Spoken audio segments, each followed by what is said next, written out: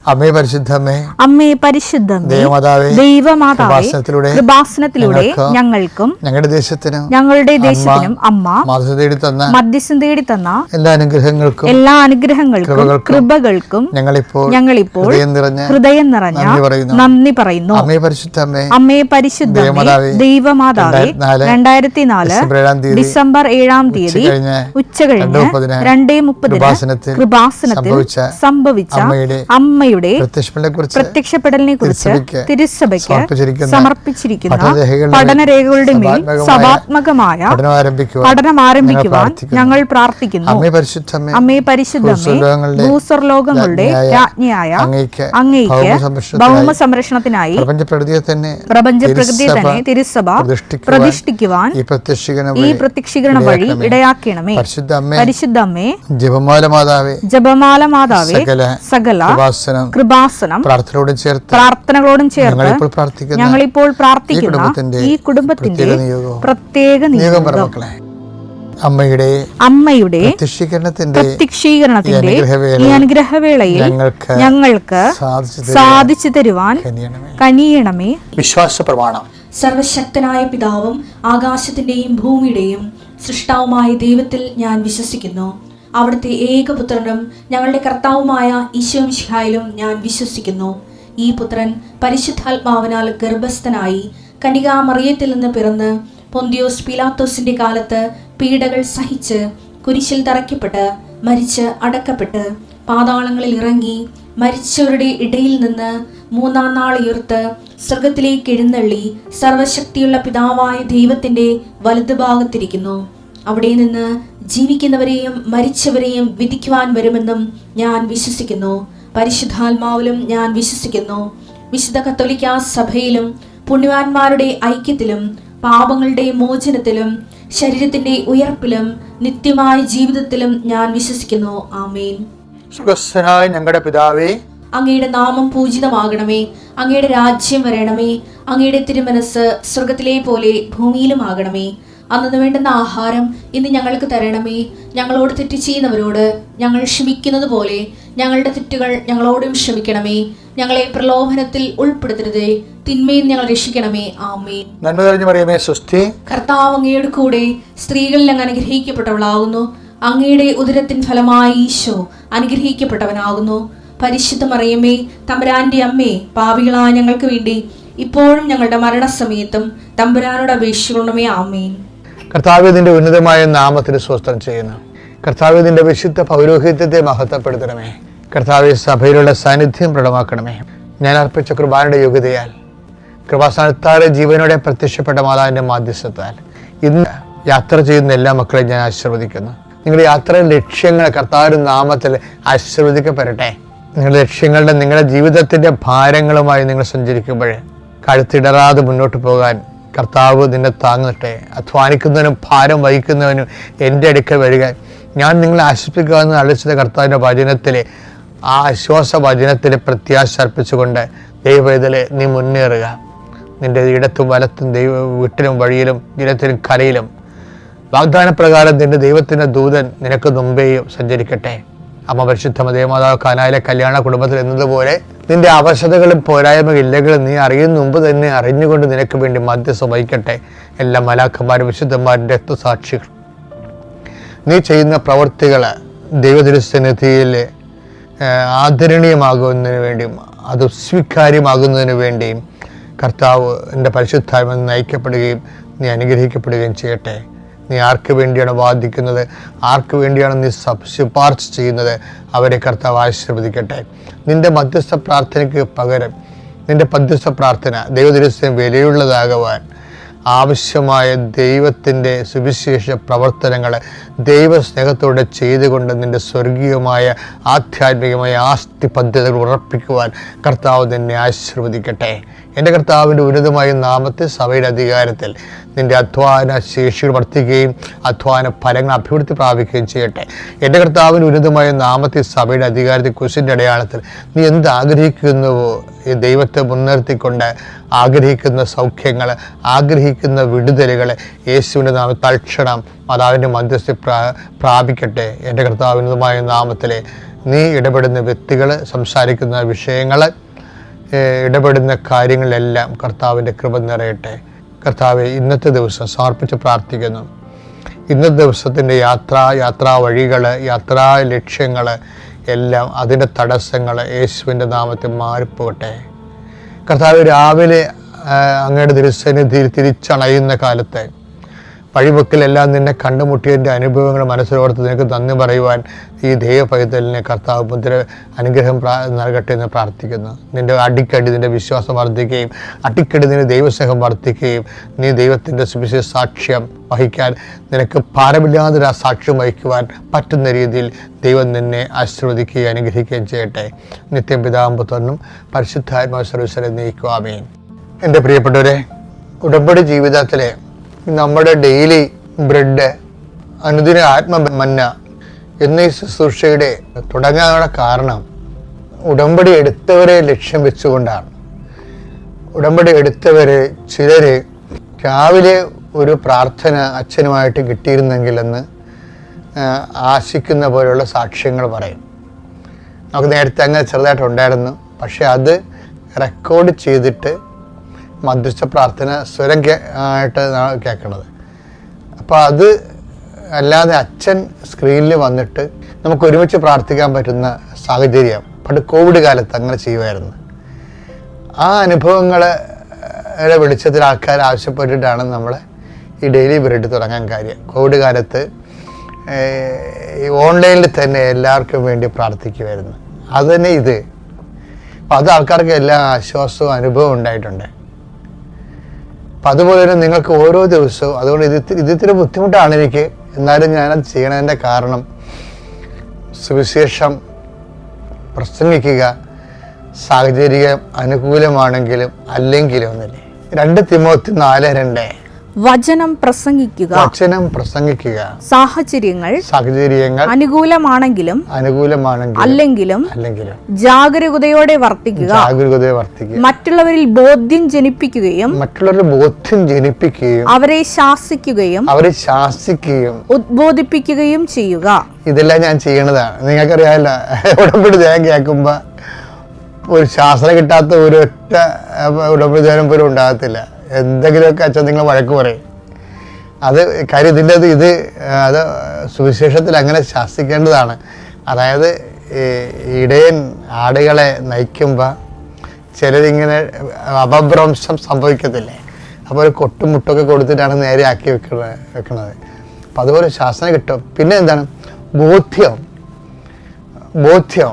അപ്പോൾ ഞാനെപ്പോഴും കർത്താവിനോട് പറയുകയാണ്, കർത്താവേ, ജനങ്ങൾക്ക് ഞാൻ സംസാരിക്കുമ്പോൾ ബോധ്യം കിട്ടണമെന്ന്. പണ്ടേ ഞാൻ സംസാരിച്ച ആൾക്കാർക്ക് മനസ്സിലാകത്തില്ലായിരുന്നു. ഞാൻ സെമിനാരിൽ നിന്ന് ഫ്രഷ് ഹാൻഡായിട്ട് ഇറങ്ങിയിട്ട് ആദ്യത്തെ 3 കൊല്ലമൊക്കെ സംസാരിക്കുമ്പോൾ അച്ഛൻ പറഞ്ഞൊന്നും മനസ്സിലാടെന്ന് പറയും. അപ്പോൾ എനിക്ക് തന്നെ അറിയാം ഞാൻ ഓവർ തിയോളജിക്കലും ഓവർ ഫിലോസഫിക്കലുമാണ്. അങ്ങായിട്ടാണ് പണ്ട് സംസാരിച്ചുകൊണ്ടിരുന്നത്. അപ്പോൾ അതിന് ജീവിതമായിട്ട് യാതൊരു ബന്ധവും ഇല്ല. അവസാനം ഞാൻ തന്നെ ചോദിച്ചു വാങ്ങിച്ചതാണ്. സിമ്പിളായിട്ടുള്ള ലളിതമായ രീതിയിൽ കർത്താവെ ജനങ്ങളോട് സംസാരിക്കാൻ ഇടയാക്കണമെന്ന്. ഇന്നത്തെ ശൈലി അതിനേക്കാൾ മാറി. ഇന്ന് വചനത്തിൻ്റെ പൊരുളുകൾ ജീവിതത്തിൻ്റെ ബന്ധിയായിട്ട് ലിങ്ക് ചെയ്ത് അവതരിപ്പിക്കാൻ കർത്താവ് ഒരു പ്രത്യേക അഭിഷേകം തന്നു. ഞാനത് കഴിഞ്ഞ ദിവസങ്ങളിൽ ഒരു ചേച്ചി സാക്ഷിയൊക്കെ പറഞ്ഞിരുന്നു. കാര്യം അത് കേൾക്കുമ്പോൾ അവർക്ക് ജീവിതത്തിലെ ബോധ്യങ്ങൾ കിട്ടുമെന്ന്. അത് ഈ 2 തിമോത്തി 4 വചനം പ്രസംഗിക്കുക സാഹചര്യങ്ങൾ അനുകൂലമാണെങ്കിലും അല്ലെങ്കിലും. അതായത് അല്ലെങ്കിലും എന്ന് പറഞ്ഞു കഴിഞ്ഞാലേ, അതായത് ഇതിന് 2 മാർക്കാണുള്ളത്. 2 തരം മാർക്കുണ്ട്. ജാഗരൂകത വേണം. പക്ഷെ അതേസമയം തന്നെ സാഹചര്യം ഒക്കുമ്പോൾ മാത്രം വചനം പ്രഘോഷിക്കാനുള്ളതല്ല. പ്രാർത്ഥന അങ്ങനെയാണ്. അതൊരു അപ്പോസ്തലിക നിലപാടാണ്. അതായത് ഇപ്പം സാഹചര്യം പ്രതികൂലമാണ് എങ്കിൽ അങ്ങനെ എന്നിട്ടും നമ്മൾ പ്രാർത്ഥിക്കുകയും പ്രവർത്തിക്കുകയും ചെയ്യണമെങ്കിൽ അതിന് ഒരു എബോവ് ഡിസ്റ്റിങ്ഷൻ മാർക്കാണ് ഉള്ളത്. അനുകൂലമായ സാഹചര്യത്തിൽ പ്രവർത്തിച്ച ക്ലാസ് മാർക്ക് കിട്ടും നമുക്ക് 60 മാർക്ക്. അതാണ് വ്യത്യാസം. അല്ലെങ്കിൽ നമുക്ക് സമയത്ത് ആഹാരം കിട്ടുന്നുണ്ട്, നമുക്ക് രോഗങ്ങളൊന്നുമില്ല, കടങ്ങളൊന്നുമില്ല, നമ്മൾ വളരെ ഹാപ്പിയാണ്, ഫീൽ ഫ്രീ ആണ്. അപ്പോൾ ദൈവത്തിന് നമ്മൾ വർക്ക് ചെയ്യണമെങ്കിൽ നമുക്ക് 60% ആവുള്ളത്. എൻ്റെ അനുഭവത്തിൽ നിന്ന് ഞാൻ പറയണേ. പക്ഷെ നമ്മുടെ സാഹചര്യം പ്രതികൂലമാണ്. എന്താണ്, നമുക്ക് രോഗമുണ്ട്, ശരീരം മേലനങ്ങണില്ല, അതുപോലെ തന്നെ നമുക്ക് ചിലപ്പോൾ വിശപ്പുണ്ട്, അതിന് തൽക്കാലത്തേക്ക് മാർഗം കാണുന്നില്ല. അങ്ങനെയുള്ള പ്രതികൂല സാഹചര്യങ്ങളിലും ആണ് പ്രാർത്ഥിക്കണമെന്നുണ്ടെങ്കിൽ അതിന് ഈ 80% എബവ് മാർക്കിങ്സ് വരും. പക്ഷെ ബുദ്ധിയുള്ളവർ, കാര്യം ഞാൻ എപ്പോഴും നിങ്ങൾ പറയുന്നു, ഈ ഉടമ്പടി ജീവിതം ബുദ്ധിയുള്ളവരുടെ ജീവിതമാണെന്ന് പറയും. As A life of intellect. എന്താ കാര്യം, ആ ഷെയറിന് അടുത്ത ഏത് ഷെയറാണ് അടുത്ത മാർക്കറ്റിൽ വില കൂടാൻ കഴിവുള്ളതെന്ന് ചിലർക്ക് അറിയാൻ പറ്റും. അപ്പോൾ അവരത് വില കുറച്ചപ്പോൾ വാങ്ങിച്ചു വെക്കും. ഇപ്പം നമുക്ക് പ്രയാസങ്ങളൊക്കെ ഉള്ള സമയമാണെങ്കിൽ, വേദന, രോഗം, മറ്റുള്ളവരുടെ വഴക്ക്, അതുപോലെ തന്നെ വീട്ടിലെ ഭിന്നതകളൊക്കെ ഉള്ള സമയത്ത് അത് നമ്മളിതിനെ ബാധിക്കാതെ നമ്മൾ നമ്മുടെ ജോലി ശുശ്രൂഷയോടെ മുന്നോട്ട് പോകുകയാണെങ്കിൽ അതിന് മാർക്ക് കൂടും. എന്താ കാര്യം, അത് ഭയങ്കര പ്രാർത്ഥിക്കാൻ പാടുള്ള സമയമാണ്. അപ്പം എന്നിട്ട് നമ്മൾ പ്രാർത്ഥിക്കുമ്പോൾ ഉള്ളതിന് നല്ല ദൈവസന്നിധിയിൽ മഹത്വം വർദ്ധിക്കും. അങ്ങനെയാണ് എൻ്റെ റേറ്റിംഗ് വർദ്ധിക്കുന്നത്. അപ്പം അതുകൊണ്ട് നീ ഒരു വളരെ മോശം കാലാവസ്ഥയിൽ നല്ലവണ്ണം വർക്ക് ചെയ്യണതാണ് ഈ ആധ്യാത്മികത എന്ന് പറയുന്നത്. പറഞ്ഞ മനസ്സിലായില്ലേ? മോശം കാലാവസ്ഥയിൽ ഇപ്പോൾ ഉള്ള മത്സ്യത്തൊഴിലാളി സഹോദരങ്ങൾക്ക് ഇപ്പം മോശം കാലാവസ്ഥയാണ്. എന്താ കാര്യം, രാവിലെ എഴുന്നേൽക്കുമ്പോൾ തന്നെ കാറ്റും മഴയുമാണ്. അപ്പോൾ ഒഴുക്കുമുണ്ടാകും ശക്തമായിട്ട്. അപ്പോൾ വള്ളം എത്ര തുഴഞ്ഞാലും 7 കടലൊക്കെ ഒടിഞ്ഞ് വീണ കാണാം. എന്നിട്ടാണ് പിന്നെ കടൽ താറിയിട്ട് നിരപ്പ് കിട്ടുന്നത്. ചിലപ്പോൾ കമന്നും പോകും. ആ സമയത്ത് നമുക്ക് അതായത് 1 by 1 ആയിട്ട് ഒരു കണക്ക് തെറ്റിപ്പോയി കഴിഞ്ഞാൽ നമ്മൾ തിരയുന്ന വള്ളം കമലണത് ഞാൻ കണ്ടിട്ടുണ്ട്, നേരിട്ട് കണ്ടിട്ടുണ്ട്. അപ്പോൾ എന്ത് സംഭവം എന്ന് വെച്ച് കഴിഞ്ഞാൽ ആ സമയത്ത് ഈ നമ്മുടെ ആധ്യാത്മിക ജീവിതത്തിലും ഇതുപോലുള്ള ഒരു സമയമാണ് നിനക്കെന്ന് വിചാരിച്ചോ. വഴക്കുണ്ട്, കേസുണ്ട്, പോലീസ് സ്റ്റേഷനിൽ എല്ലാം പറഞ്ഞിരിക്കുന്നു, കുടുംബത്തിൽ വീട്ടിൽ സാമ്പത്തിക ബാധ്യത കാര്യങ്ങളുണ്ട്, കുഞ്ഞുങ്ങളുടെ പഠനമുണ്ട്, അവരുടെ പരീക്ഷ, അവരുടെ ഉപരിവിദ്യാഭ്യാസത്തിന് വേണ്ടിയുള്ള ചിലവുണ്ട്. അപ്പം നീ ഇങ്ങനെ എവിടെ പായുമെന്നറിയാൻ പോലെ നിൽക്കുന്ന സമയമാണെങ്കിലും ഈ സമയത്ത് നിനക്ക് നമ്മൾ ഒരു സ്വർഗസ്വനായ പിതാവിന് 1 കോടി രൂപയുടെ അത്രയും വിലയുള്ള സമയമാണിത്. മനസ്സിലായില്ലേ? അപ്പം അതുകൊണ്ട് അയ്യോ എന്നിട്ട് ഞാൻ ഇത്രയും കഷ്ടപ്പാടല്ലോ, എന്നിട്ട് ഇത്രയും ഞാൻ ഇങ്ങനെ ദൈവത്തെ ഒപ്പ് ജീവിച്ചിട്ടും എനിക്ക് കഷ്ടപ്പാടാണല്ലോ, എനിക്ക് പ്രാർത്ഥിച്ചിട്ട് എന്ത് കാര്യം എന്നൊക്കെ പറഞ്ഞുകൊണ്ട് ചില ഇൻഡയറക്റ്റ് അല്ല ഇഡിയറ്റ്സ് അല്ലേ അവർ പ്രെയർ ചെയ്യാതിരിക്കും. അപ്പോൾ ഈ സമയത്താണ് നമുക്ക് പ്രെയർ. അപ്പോൾ എല്ലായ്പ്പോഴും ഓർക്കണം, ജീവിതം പ്രശ്നത്തിലിരിക്കുമ്പോൾ നമുക്ക് നല്ല റേറ്റിംഗ് ഉണ്ടാകും നമ്മുടെ തന്നെ. അപ്പോൾ നിങ്ങളെന്ത് ചെയ്യണമെന്നറിയാമോ, നിങ്ങൾ അതൊന്നും നോക്കാതെ കണ്ണുടച്ച് പ്രാർത്ഥനാ ജീവിതത്തിലെ സുവിശേഷ സാക്ഷ്യ ജീവിതത്തിലെ വെള്ളം ചേർക്കാതെ മുന്നോട്ട് പോകണം. എന്നിട്ട് എന്ത് ചെയ്താൽ ഈശോ ഇത് ഒരു സമയമാകുമ്പോൾ ഈശോ ഇതെല്ലാം കറക്റ്റ് ആൻസർ ചെയ്യുന്ന സമയമുണ്ട്. അത് ഭയങ്കര രസമാണ്. ചെറിയ സമയത്ത് നമുക്ക് കാര്യങ്ങൾ സെറ്റാകണ കാണാം. അപ്പം അതുകൊണ്ട് സന്തോഷമായിരിക്കുക. സാഹചര്യം പ്രതികൂലമാണെങ്കിൽ തന്നെ നിൻ്റെ ആധ്യാത്മിക ജീവിതം നീ ഒരു അല്പപോലും തടസ്സമില്ല മുന്നോട്ട് കൊണ്ടുപോവുക. കർത്താവ് തന്നെ അനുഗ്രഹിക്കട്ടെ. എൻ്റെ പേര് ആൻ മെർലിൻ. ഞാൻ ഇടുക്കിയിൽ നിന്ന് വരുന്നു. ഞാൻ ഉടമ്പടി എടുത്തത് 2023 ജനുവരി 28-നാണ്. ഞാനൊരു ACCA സ്റ്റുഡൻ്റാണ്, കൂടെ BCom പഠിക്കുന്നുണ്ട്. അപ്പോൾ ഞാൻ ഉടമ്പടി എടുക്കാൻ കാരണം എന്താണെന്ന് വെച്ചാൽ ഞാൻ എൻ്റെ ACCയുടെ ഫൈനൽ സ്റ്റേജിലാണ്. അപ്പോൾ അതിൽ ഞാൻ ആദ്യത്തെ എക്സാം എഴുതിയപ്പോൾ ഞാൻ അത്യാവശ്യം നന്നായിട്ട് പഠിക്കുന്നതാണ്. ഞാൻ പാസ്സാവുമെന്ന് ഞാനും വിചാരിച്ചു, എല്ലാവരും വിചാരിച്ചു. പക്ഷേ എനിക്ക് എക്സാം എഴുതാൻ കയറിയപ്പോൾ എനിക്കൊന്നും ചിന്തിക്കാൻ പോലും പറ്റുന്നില്ലായിരുന്നു. എനിക്ക് ഒന്നും എഴുതാൻ പറ്റുന്നില്ലായിരുന്നു, ഒന്നും പറ്റത്തില്ലായിരുന്നു. 50 മാർക്കാണ് പാസ് മാർക്ക്, പക്ഷേ എനിക്ക് 50 മാർക്കിനുള്ളത് എഴുതാൻ പോലും പറ്റിയില്ലായിരുന്നു. പക്ഷേ എക്സാം എഴുതി കഴിഞ്ഞപ്പോൾ തന്നെ എനിക്ക് ഉറപ്പായിരുന്നു ഞാൻ എന്തായാലും ഫെയിലാവുമെന്ന്. എന്നിട്ട് ഞാൻ കൃപാസനത്തെപ്പറ്റി അറിയുന്നത് എൻ്റെ അമ്മ പറഞ്ഞാണ്. അപ്പോൾ എനിക്ക് എക്സാം പാടായിരുന്നു. ഞാൻ എക്സാം എഴുതി കഴിഞ്ഞ് വന്നത് ഞാൻ കരഞ്ഞുകൊണ്ട് ഇറങ്ങി വന്നത്. അപ്പോൾ എന്നോട് അമ്മ പറഞ്ഞു, നീ കൃപാസനത്തിലെ പ്രത്യക്ഷീകരണ പ്രാർത്ഥന ചൊല്ലി പ്രാർത്ഥിക്കുക, നീ ഉറപ്പായിട്ടും പാസ്സാവും.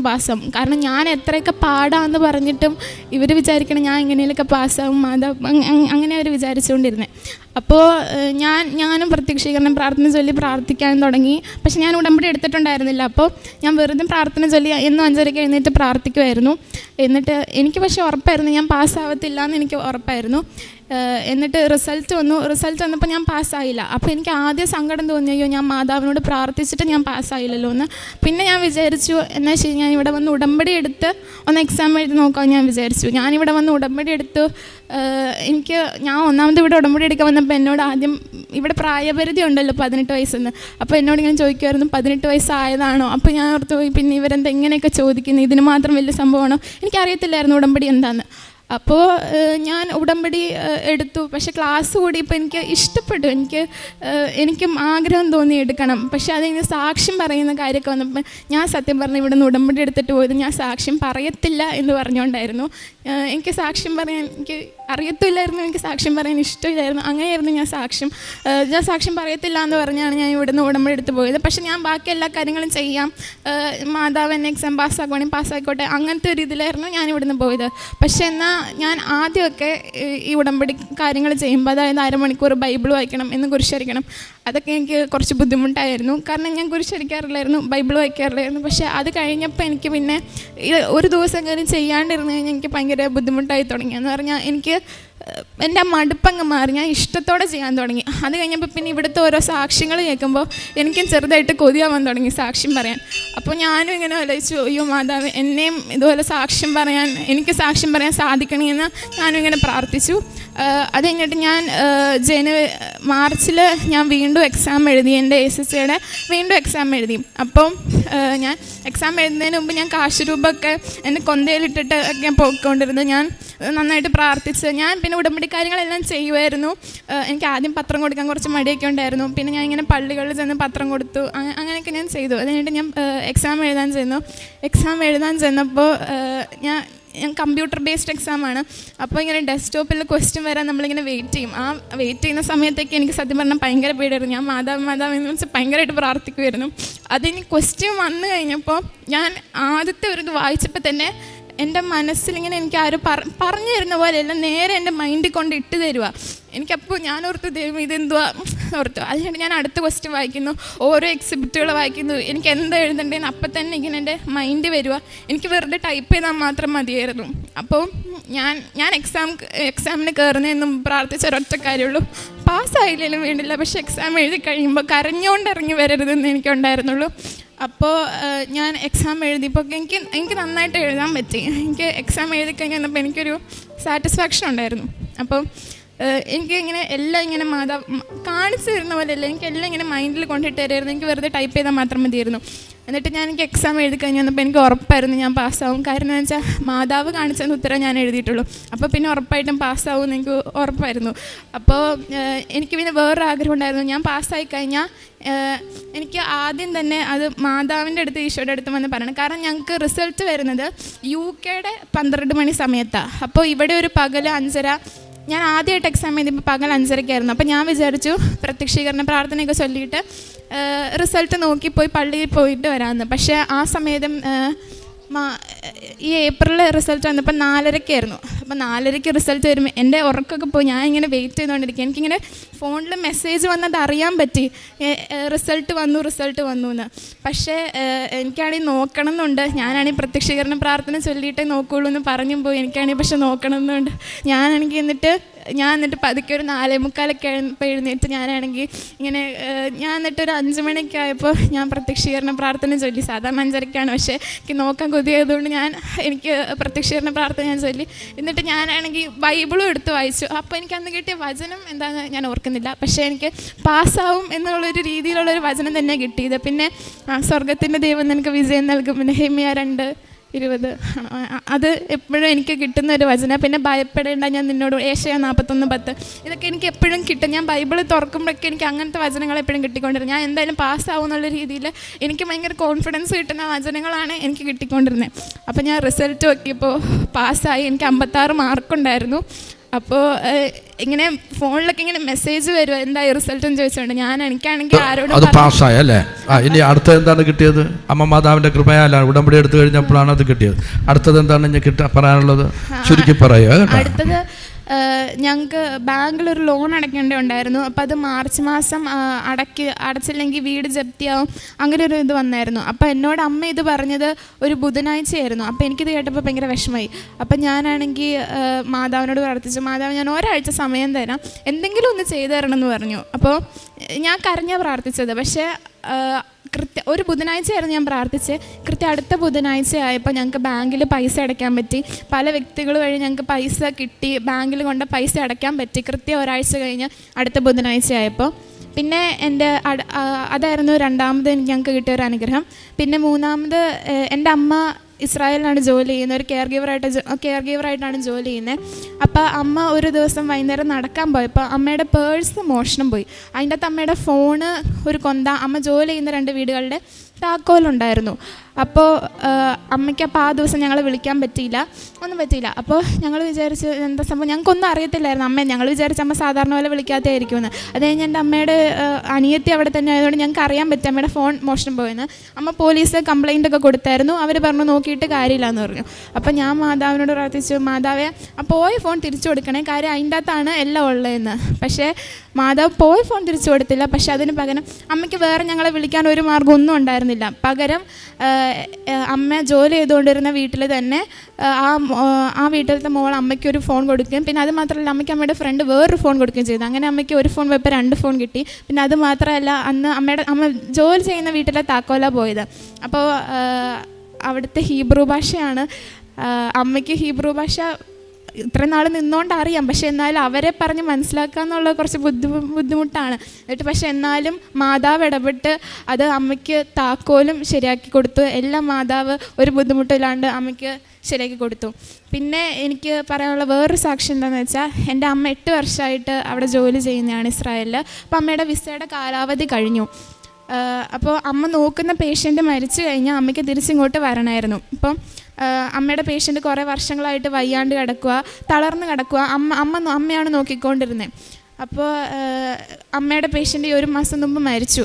അപ്പോൾ അമ്മയ്ക്ക് തിരിച്ചിങ്ങോട്ട് വരണമായിരുന്നു. പക്ഷേ എന്നാൽ ഞങ്ങൾക്ക് ആ സമയത്ത് വേറൊരു വരുമാന മാർഗ്ഗമില്ല, കടമുണ്ട്. അപ്പോൾ അമ്മ ഇങ്ങോട്ട് തിരിച്ചു വന്നാൽ ഞങ്ങൾക്കതൊരു ക്വസ്റ്റ്യൻ മാർക്കായിരുന്നു, ഞങ്ങൾക്ക് അറിയത്തില്ലായിരുന്നു എന്തായിരുന്നു. അപ്പോഴും ഞങ്ങളെല്ലാവരും ഇങ്ങനെ പ്രാർത്ഥിച്ചു. അപ്പോൾ പ്രാർത്ഥിച്ചതിൻ്റെ ഫലമായിട്ട് അമ്മയ്ക്ക് ഇപ്പോൾ സ്പെഷ്യൽ വിസയിൽ അവിടെ ഒരു ജോലി ലഭിച്ചു. വിസയുടെ പ്രോസസ്സിങ് നടന്നുകൊണ്ടിരിക്കുകയാണ്. അത് മാതാവ് എന്തായാലും ശരിയാക്കി തരുമെന്ന് ഞങ്ങൾക്ക് ഉറപ്പുണ്ട്. പക്ഷെ അമ്മയ്ക്കൊരു ജോലി ലഭിച്ചു, വലിയ ബുദ്ധിമുട്ടൊന്നും ഇല്ലാത്ത കുഴപ്പമില്ലാത്തൊരു ജോലി അവിടെ ലഭിച്ചു. പിന്നെ ഞാൻ ഉടമ്പടി വെച്ചിരുന്നൊരു കാര്യമായിരുന്നു എൻ്റെ അനിയൻ്റെ പഠിത്ത കാര്യം. അവന് നല്ല മടിയായിരുന്നു. അപ്പോൾ അവനെ ഇങ്ങനെ സ്കൂൾ മാറ്റാനുള്ളൊരിതുണ്ടായിരുന്നു. പക്ഷേ ഞങ്ങൾക്ക് എൻ്റെ അമ്മയുടെ ജോലി പോയതുകൊണ്ടും വരുമാന മാർഗ്ഗം ഇല്ലാത്തതുകൊണ്ടും ഞങ്ങൾക്ക് അതൊരു ബുദ്ധിമുട്ടായിരുന്നു. പക്ഷേ അപ്പോൾ ഞാൻ മാതാവിനോട് പ്രാർത്ഥിച്ചു, മാതാവിൻ്റെ ആഗ്രഹം എന്താണ്, ഇപ്പോൾ മാതാവിന് ഇഷ്ടമുണ്ടെങ്കിൽ അവൻ അവിടെ അഡ്മിഷൻ കൊടുത്തേരെ, അല്ലെങ്കിൽ അവൻ പഴയ സ്കൂളിൽ തന്നെ പഠിച്ചോട്ടെ. കാരണം ആ സ്കൂളിൽ തന്നെ ഞാനും പഠിച്ചു, എനിക്ക് അവൻ അവിടെ പഠിക്കണം എന്നായിരുന്നു ആഗ്രഹം. പക്ഷെ ഞാൻ വിചാരിച്ചു മാതാവിന് ഇഷ്ടം എന്താണോ, അവന് നല്ല എന്താണെന്ന് മാതാവിനല്ലേ അറിയത്തുള്ളൂ. അപ്പോൾ മാതാവിൻ്റെ ഇഷ്ടം എന്താണോ അങ്ങനെ നടക്കട്ടെ എന്ന് പറഞ്ഞ് പ്രാർത്ഥിച്ചു.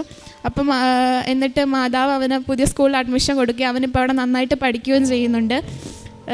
പിന്നെ എനിക്ക് ഉടമ്പടി എടുത്തതിൽ കിട്ടിയ ഏറ്റവും വലിയ അനുഗ്രഹം ഞാനിപ്പോൾ പറയാൻ പോകുന്നത് എന്ന് പറഞ്ഞാൽ, ഞങ്ങൾ ഞങ്ങളുടെ വീട്ടിൽ കുരിശരക്കത്തില്ലായിരുന്നു. ആത്മീയ കാര്യങ്ങളിൽ നല്ല രീതിയിൽ പുറകോട്ടായിരുന്നു. ഞങ്ങൾക്ക് കുരിശരയ്ക്കാൻ മടിയായിരുന്നു. ഇങ്ങനെ ബാക്കി പള്ളി ഞായറാഴ്ച പള്ളിയുടെ കാര്യങ്ങളിലൊക്കെ കൂടും. പക്ഷെ എന്നാലും വീട്ടിൽ കുരിശരയില്ലായിരുന്നു. ഞങ്ങൾക്ക് കുരിശരയ്ക്കാൻ ഭയങ്കര മടിയായിരുന്നു. ഞാൻ കുമ്പസാരിച്ചുകൊണ്ടിരുന്ന ഒന്നെങ്കിൽ പെസഹായിക്ക് അല്ലെങ്കിൽ ക്രിസ്മസിന് അത്രയും മാസം കൂടിയൊക്കെയായിരുന്നു കുമ്പസാരിക്കത്തുണ്ടായിരുന്നുള്ളൂ. ബൈബിള് എങ്ങാനും കുരിശ് വരയ്ക്കുമ്പോൾ തുറന്നു നോക്കല്ലാണ്ട് തുറന്നു നോക്കാറ് പോലും ഇല്ലായിരുന്നു.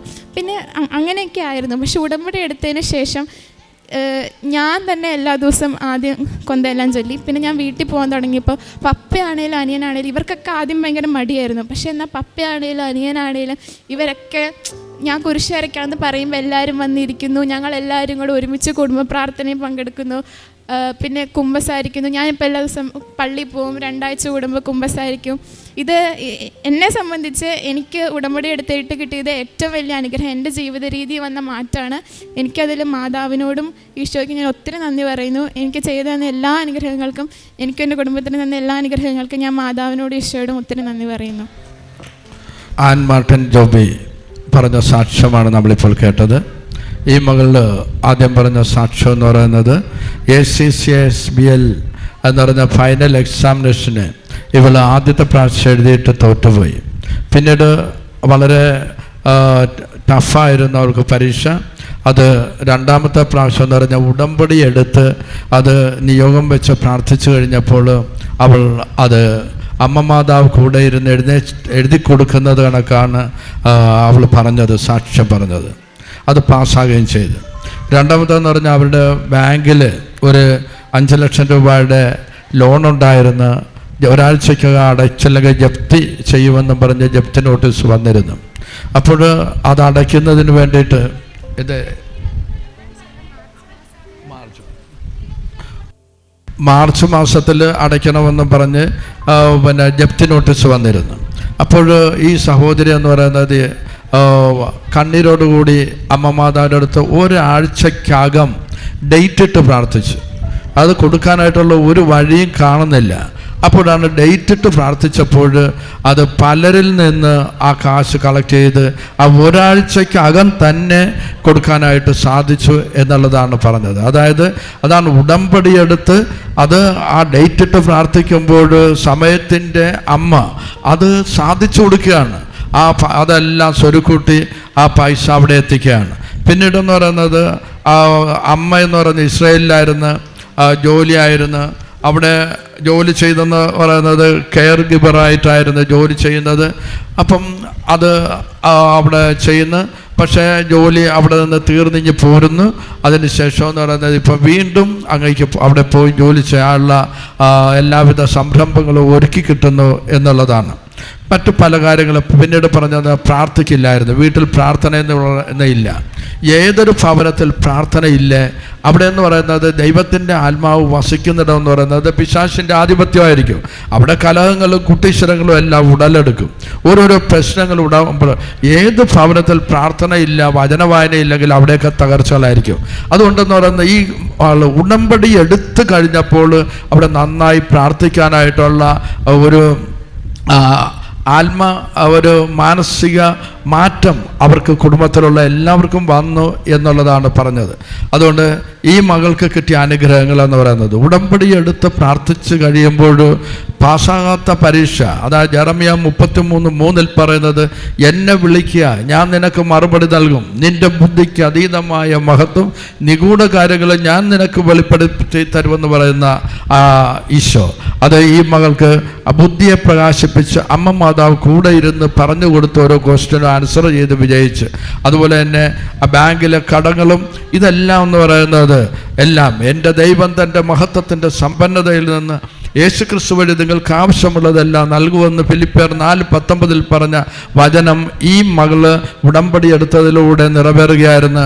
നമുക്ക് ഇവർക്ക് കിട്ടിയ എല്ലാ അനുഗ്രഹങ്ങൾക്കും കൃപകൾക്കും അമ്മ മാതാവിനെ ഈശോയെയും ശക്തമായി മഹത്വപ്പെടുത്തിക്കൊണ്ട് കരങ്ങളടിച്ച് നമുക്ക് മഹത്വപ്പെടുത്താം.